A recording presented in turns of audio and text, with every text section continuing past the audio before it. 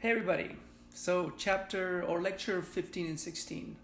So I stated that I was going to go ahead and try to do both of those chapters, or at least both of those readings together for Gonzalo Santos. So here we start with surplus value, and he has a framework that where he borrows from Karl Marx to sort of analyze what's going on in regards to identity, and so in the first couple of pages, what we're seeing is he's given us sort of the background that the assumption was that the new modern world would dissolve tribal and ethnic identities completely.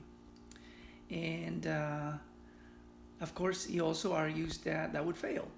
That would fail. And now, what he is kind of proposed in the second part of the reading is to consider a more inclusive labeling.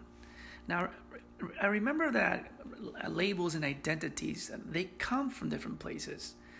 They come from a group of people's collective experience, and in the past, it was primarily tied to their what I call organic identities. That means they were tied to the river, they were tied to the trees, they were tied to the mountains, they were tied to specific things maybe they depended on, such maybe here in the Colombian Basin to the salmon, and of course later on as humans expanded and the populace grew, in order to organize them, we see how that those identities would evolve, and in most cases it would be imposed as one group began to dominate other groups.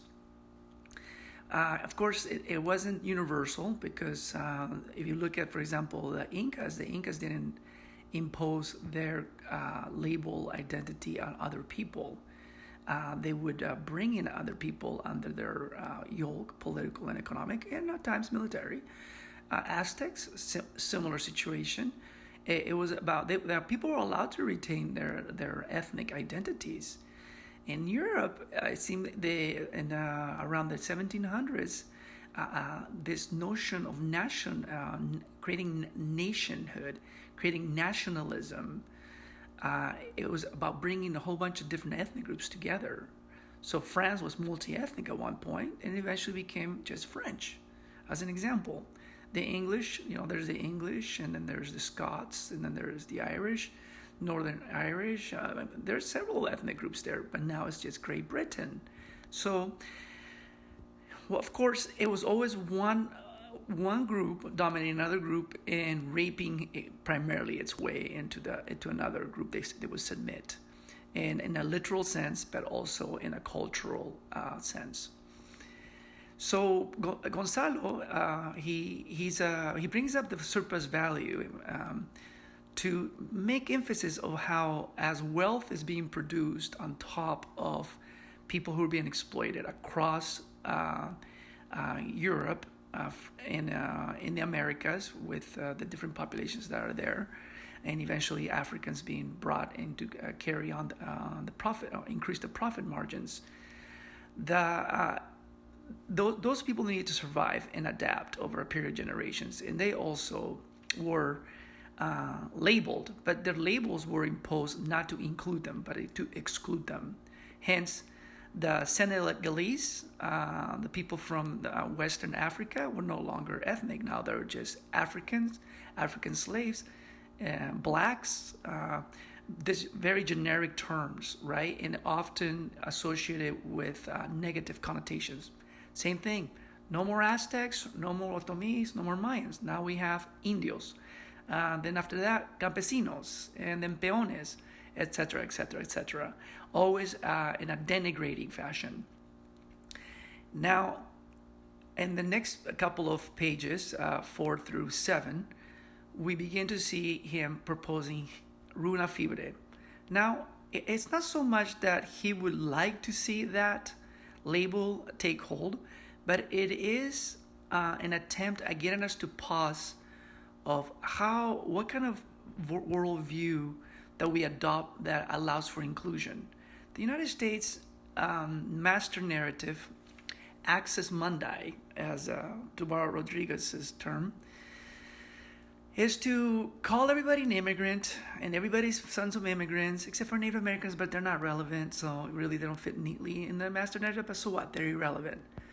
But everybody else is, at one point or another, we're immigrants, and of course, then we have the politics involved because there's better immigrants or descendants of immigrants are better than the recent immigrants, etc. So really, it's not in even though on surface level, in verbiage, it sounds inclusive. At the end of the day, it's not.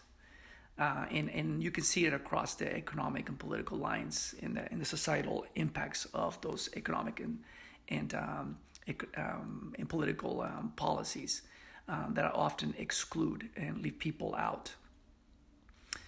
Now, RUNAFIBRE, and of course, he defines what RUNAFIBRE is.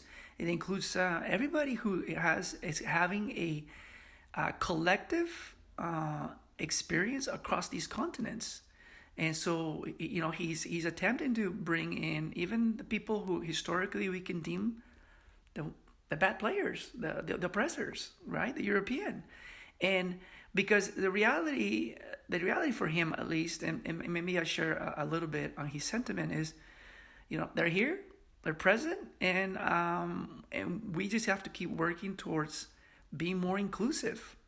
And the rhetoric from our politicians is always that about being inclusive. But when it comes to action and policy, it just never reflects. So the ideas are in our heads, but collectively speaking, they're never fully implemented. Yes, people may argue, well, things are better than they used to be. Yes, on surface level, we can see some changes. Yes, we're allowed to buy now properties outside of our redlining we were stuck at for generations. For Africans as well as people, aka brown people, or Latinos, Hispanics, or whatever label is in vogue as of today. And so, there's some things that, ultimately, to me, what's interesting is that when social norms relax a little bit to become more inclusive, it's often to see, okay, is this still challenging my profit margin as a society, because it is capitalist driven. In the modality is to focus, is this, if I allowed minorities to move into my neighborhood, is it gonna impact the profit margin? And obviously, in some instances it does, in some instances it doesn't. Then we can bring in gentrification into the conversation. I don't want to take off in too many tangents.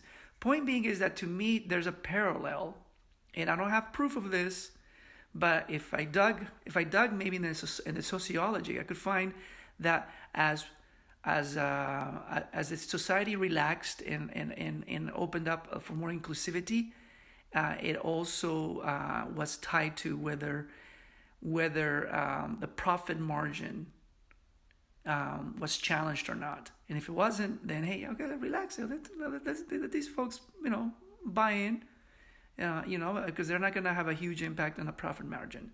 So that's something for at least it gets me thinking about. But to wrap up Gonzalo Santos in this particular 4 through 7, what he's trying to do is just get us to think of the attitude like Rodriguez. How do we become inclusive? How do we recreate a narrative that is inclusive, that becomes an axis mundi? And so Rodriguez gives us the corn as the archetype symbol to return to the root and to always honor the root, because it's always present in our ritual with corn via all the products that we consume through it. And Gonzalo Santos is also attempting to bring in anybody else who might be left out of that. And so the only thing I noticed that he doesn't really bring East Asians into the fold in his particular essay. And I'm thinking that unless I missed it, I'll have to go back. The Asian population, the East Asian population, Japanese, Chinese, Koreans, and other folks who live in the United States and other parts of the Americas, they've had their role in contributions, and so something to ponder. All right, see you on Thursday, our last lecture.